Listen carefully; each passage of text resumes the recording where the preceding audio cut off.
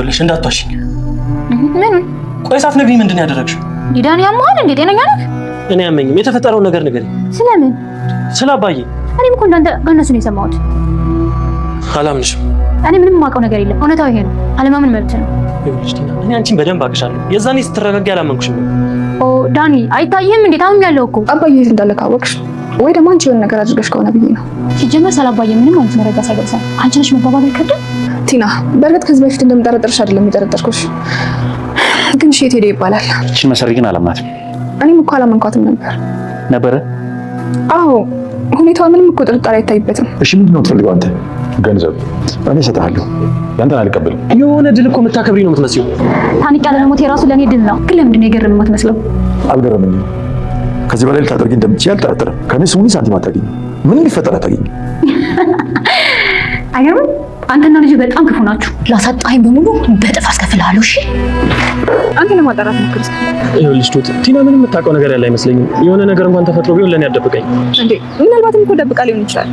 ቆይ ምንድነው የምትይው? ተረጋጊ እንጂ ቱት። አልረጋጋም። ምናልባትም እስካሁን ያጠፋው የምትከስበትና መጠቀም ካለብህ ደግሞ የምትጠቀምበት ትልቅ ዕድል ሊሆን ይችላል። ምንድነው መደረገርሽ? ያለህን በጠቅላላ ትሰጠኛለህ። ጭራሽ ሙሉ ነው የምትፈልጊው? እየቀለድኩ አይደለም። ቀለድሽ እንጂ ከዚህ የተሻለ ቀልድ ከየት ይመጣል? መኖር አትፈልግም ማለት ነው? በመጥፋት እኮ ደስ ያለህ አትመስልም ነበር። እኔ ሳስመስል ነው እባክሽ። ምናልባት ራሴ ስላልገደልኩት ሊደብረኝ ይችላል እንጂ ቢሞት በጣም ነው ደስ የሚለኝ። እንደዛ ከሆነ የት እንዳለ አሳይሃለሁ። እኔ አትቀልጂ እባክሽ። አባዬ አንቺ ጋር ነው? አዎ፣ ግን ሚስጥር ነው። እሺ ቲና አባባ ላይ ከዚህ በፊት ዌልቸር ላይ አስቀምጣ ብዙ መከራ ስታደርስባቸው የነበረው አሁንም ያ ነገር አልበቃ ብሏት ከታገቱበት በግልጽ ወይም ካሳገተችበት ቦታ በግልጽ ሄዳ ብዙ ነገር አሳጥተኛልና ዋጋህን ትከፍላለህ እያለቻቸው ነበር። እሳቸውም ከኔ የምትፈልጊው ገንዘብ ከሆነ 0.5 ሳንቲም አታገኝም እያሏት ነበረ። በዚህን ሰዓት ገፍትራቸው ነበር የወጣችው። ትሁትም ዳኒን ቲናን እንዲያውጣጣት እየመከረችው ነበረ። እሱም የእሷን ምክር ተቀብሎ እያውጣጣት ነበረ። እኔም እኮ ላደርገው የሚችለው ነገር ነው፣ ቢመቸኝ እንደውም ብገለው ወይም ቢሞት ደስ ይለኝ ነበረ እያላት ነበረ ዳኒ። እንዴ አንተ እኮ በመጥፋቱ የደነገጥክ ወይም ያሰብክ የተጨነቅ ይመስል ነበረ፣ ኧረ እባክሽ ለማስመሰል ነው እያለ ነበረ። ይህን ነገር የተጠቀመው ዳኒ እንዴት ነግረው ነው? ከአሁን ላይ ከቲና 0.5 ሳንቲም ወይም ምንም ነገር ማግኘት እንደማይችል ስለተረዳ ዳኒ እነሱ ጋር ቢወግን እንደሚሻለው መርጧል። የትሁትንም ምክር ተቀብሏል። ጤናም ካሌብ አባዬ ያስቀመጠው ትልቅ ንብረት ምን እንደው ታውቂያለሽ ሽጉጥ ነው በሚልበት ሰዓት ደንገጣ ስለነበረ ዳኒ ሲያውጣጣት ልትነግረው ችላለች። ዳኒም አሁን ስራው ተጀመረ በማለት ደስ ያለው ይመስላል። ሰላም ጤና ይስጥልኝ ውድና የተከበራችሁ በመላው ዓለም ያላችሁ ኢትዮጵያና ኤርትራውያን ናችሁ። እግዚአብሔር ይመስገን ደህና ነኝ። የግፈኛው ሚስትና የሰራተኛዋ ፍጥጫ ክፍል 39ን አብረን እናያለን። የባለፈው ክፍል አጋቹ አባባን አምሽተው ሲወጡ ከጀርባ ተከታትሎ መሬት ላይ ዘርሯቸው ነበረ። ወዲያውኑም በመኪና አፍሶ ጭኗቸው ነበር የሄደው። ካሌብም አመሻ አባባ በማለት ተጨንቆ ስልካቸው አልነሳ ስላለ ወደ አንድ ወንድማቸው ወይም ዘመዳቸው ደውሎ ነበረ። አባዬ እኮ አይጠጣ፣ አያመሽ፣ አይሰክር፣ እንዴት እንደዚህ ሊሆን ይችላል እያለ ነበር። ዳኒም ካሌብን አባባን መጥፋት ለማገዝ ጥረት እያደረገ ነበር። ካሌብ ግን በፍጹም አስመሳይ ነህ እያለው ነበረ። ይልቁን የት እንዳደረጋችሁት አባቴን እያለው ነበረ። እንዴት በዚህ ልክ ትጠረጥረኛለህ? እኔ በጭራሽ የማውቀው ነገር የለም እያለ ነበር። አባባም ከታገቱበት ቦታ አይናቸውን ሸፍኗቸው ነበር እና ፍታኝ ባክህን እያሉት ነበረ። አይናቸውን ሲገልጻቸው ምነው ልጄ አባት አልሆንም እያሉት ነበረ። እኔ ምን ላድርግ ታዝዤ ነው፣ ያዘዘህም ሰው ማን ነው እያሉት ነበረ። ያዘዘችን ሰው ያቋታል፣ ጥላቶት ማን ነው እያለ ነበር። እሱም ጥላቴ ስሟ ቲና ይባላል እያሉት ነበረ። ምንድነው የምትፈልገው? ገንዘብ ከሆነ እኔ እሰጥሃለሁ እያሉ ነበረ አባባ። ያንተን ገንዘብ አልፈልግም፣ እሷ ቀጥራኛለች እያለ ነበረ። እሷ እኮ የምትወስደው ገንዘብ የእኔ ገንዘብ ነው እያሉ ነበረ አባባ። ዳኒ ቲናን የተፈጠረውን ነገር ንገሪኝ እያላት ነበረ። እኔም እንዳንተ ከእነሱ ላይ የሰማሁት የማውቀው ነገር የለም እያለችው ነበር። ዳኒም እኔ በጭራሽ አላምንሽም እያላት ነበረ። ማመን መብት ነው፣ እኔ ግን የማውቀው ነገር የለም እያለች ነበር ቲና። እባክሽ እኔ አንቺን በደንብ አውቅሻለሁ። የሆነ ሰዓት ላይ ተረጋግተሽ ስለነበረ አላመንኩሽም ነበረ፣ ለካ ይሄን አስበሽ ነው እያላት ነበር ዳኒ። እስቲ ስልክሽን አምጪ እያለ ነበር ዳኒ። ከዚህ በፊት ሌላ ሰው ስልክ አግኝቼብሻለሁ ስላላት እንዳለ ያለውን መረጃ ጠፋፍተዋለች። ስልኳን ስትሰጠው ምንም ስለሌለ ቲና ልመንሽ እያለ ነበረ። እመነኝ እኔ አሞኛል እኮ ምንም ነገር ላደርግ አልችልም እያለችው ነበረ። እሱም ግን በዚህ ሰዓት እውነት መስሎት ነበር። ትሁትም ቲና ከአባዬ ጋር አንዳንድ ነገር ልትጋጭ ትችላለች፣ ግን ደግሞ አባዬ ጥሩ ሰው ነው፣ ክፍተቱንም የምትፈጥሪው ራስሽ ነሽ እያለቻት አንድ ነገር አዲስ ከሆነ እባክሽ ንገሪኝ እያለች እያወጣጠቻት ነበረ። ግን በፍጹም ልትነግራት አልፈለገችም። ነው በዚህ ልክ ሰላማዊ ሰው የምትጠራጠሪው እያለቻት ነበር። ትሁትም እባክሽ ስለጨነቀኝ ነው እያለች ነበረ። እኛም ምንም እንደማያውቅ በመሸምጠት ሁላችንም እኮ ተጨንቀናል እያለች ነበር።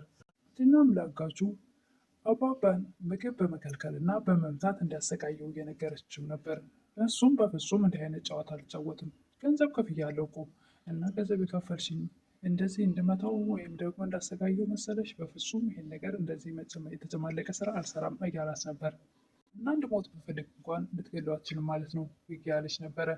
እሱን ላሰናብትልሽ እችላለሁ፣ አሁን ላይ ግን በህይወት እያለ ብዙ ነገር ላደርስበት ወይም ደግሞ ላንገላተው አልፈልግም እያላት ነበረ። ካሌብም ፖሊስ ጣቢያ ለማመልከት 24 ሰዓት እንደዚህ ራቅብኝ እያለ እጅግ በጣም ተጨንቆ ነበር። የካሌብ አባትም አይናቸውን ሸፍኗቸው ስለነበረ እባካችሁ ፍቱኝ እያሉ ነበረ። ምን ማየት ፈልገ ነው እያለ ነበር አጋቹ። ጨለማው ሰለቸኝ ጨነቀኝ እያሉ ነበረ። እሳቸውን ፈታቸው። ተውት ዳኒ እባክህ የሆነ ነገር ላናግር ፈልጌ ነበረ፣ ምናልባት ቲና የማይሆን ነገር ሰርታ ከሆነ ብዬ ነው እያለችው ነበር። አይመስለኝም እያለ ነበር ዳኒ። ምናልባት እኮ ደብቃ ሊሆን ይችላል፣ ቲና ምንም የምታውቀው ነገር ያለ አይመስለኝም እያለ ነበር ዳኒ። አንተ ለማጣራት ሞክር፣ የሆነ ነገር እንኳን ተፈጥሮ ቢሆን እኮ ለእኔ ያደበቀኝም ነበር እያለ ነበር ዳኒ። ምናልባትም እኮ ደብቃ ሊሆን ይችላል። በምንድን ነው የምትይው? ተረጋጊ እንጂ እያለ ነበር ዳኒ። አልረጋጋም። ምናልባትም እስካሁን ያጠፋበትን ጥፋት የምትክስበትና መጠቀምም ካለብህ የምትጠቀምበት ሰዓት አሁን ነው እያለችው ነበር ትሁት።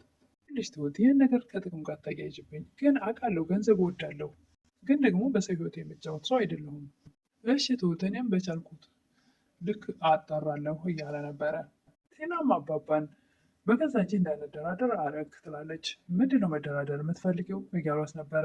ያለህን በሙሉ ትሰጠኛለህ፣ ጭራሽ ሙሉ ነው የምትፈልጊው እያሉ ነበር የካሌብ አባት። እየቀለድኩ አይደለም እባክህ ትላለች። ቀለድሽ እንጂ ከዚህ ሌላ ምን አይነት ቀልድ አለ? ኖሮ አትፈልግም ማለት ነው እያለች እየዛተች ነበር ቲና። ታይኝ እስኪ እድሜ እኮ ሊያቆየኝ ይህን ሁሉ ሊያሳየኝ ነው። ትሰማኛለህ? እኔ ጸብ አልፈልግም፣ ገንዘብ ነው የሚፈልገው። ታዲያ እኔ ምን ላድርግ ቲና? እኔ ጋር ያስቀመጥሽው ገንዘብ አይደለ አለ እንዴ እያሏት ነበር የካሌብ አባት። እባክህ አታናደኝ፣ የምልህን አድርግ እያለች ነበር ቲና። ካናደድኩሽ ይቅርታ የልጅ ሚስት እያሉ ነበር የካሌብ አባት። እጅግራቸው ታስረውም እያስፈራሯት ነበረ። አጋቹም ሂጂና እባክሽ ምግብ አምጪልን፣ ለአንተ የሚሆን ምግብ አመጣለሁ እያለችው ነበር። እሱ ሳለ አይደል እንዴ? እሱን ተው እባክህ እያለች ነበረ። አጋቹም ቲናን ወደ ውጭ አስወጥቶ ምንድነው እያደረግሽ ያለሽው? ሰውየውን በራብ ልደፊው ነው እንዴ? እንደዛ ከሆነ ደግሞ እኔ አስፈላጊ አይደለሁም። ከአንተ ስራ አይደል እንዴ እያለችው ነበር ቲና። ስራዬን እንኳን አትነግሪኝም፣ ብትፈልጊው እስክታገኝ ድረስ ለአንቺ ሰጥቼሻለሁ እያላት ነበር። በዚህ አይነት እንዲሞት ብፈልግም እንኳን አትገለውም፣ ብፈልግ እሸኘዋለሁ፣ ግን ደግሞ በማስራብና በማንገላታት ወይም በመማታት እንደዚህ አይነት ጨዋታ ውስጥ አልገባም። ቲና የካሌብ አባትን እንደዛ መነጫጭቃ ውሻ አድርጋቸው ከወጣች በኋላ ወደ ቤት መታ ከካሌብ ጋር ለመተኛት ወደ መኝታ ቤት ትሄዳለች። ቲና እባክሽ ውጭልኝ ይላታል። እንዴ ካሌብ ለምን ምን ሆንክ ትላለች። ምንድን ነው የፈለግሽው? እኔም እንደ አባዬ ልጥፋላችሁ እንዴ እያለ ነበር ካሌብ። አባዬ ያስቀመጠው ትልቁ ንብረት ምን እንደሆነ ንገርሽ? ሽጉጥ ነው ሲላት ትደነግጣለች። በዚህ በሽጉጥ ደንግጣት ስለነበረ ዳኒ ሊያውጣጣት ሲሞክር መጀመሪያም የትሁትን ምክር ተቀብሏልና እኔም እኮ ላደርገው የሚችለው ነገር ነው፣ እባክሽ ምን ማለት አይጠበቅብሽም፣ ብቻ በግልጽ ንገሪኝ። በመጥፋቱ እኮ ደስ ያላት መስልም ነበር እያለች ነበር ቲና። ላስመስል ነው እባክሽ፣ ምናልባት ራሴ ስላልገደልኩት ሊደበረኝ ይችላል እንጂ ቢሞት በጣም ነው ደስ የሚለኝ እያለ እያወጣጣት በዘዴ ነበር የቀረባት። እዛ ከሆነ የት እንዳለን ያሳይሃለሁ እያለች ነበር ቲና። አትቀልጂ እባክሽ፣ ሆነሽ ነው አባዬ አንቺ ጋር ነው? አዎ እኔ ጋ ነው፣ ግን ሚስጥር ነው እሺ ትለዋለች። ዳኒም ይህን ብላ ከተገቡ ዞር ስትል አሁን ስራው ተጀመረ እያለ ነበረ። ትሁት በዚህ አጋጣሚ ተጠቀም እያለችው መክረው ስለነበረ የትሁትን ምክር ሰምቷል። ዳኒ ተቀብሏል። ለዛሬ የቀረብኩት የግፈኛው ሚስትና የሰራተኛው ፍጥጫ ይህን ይመስል ነበር።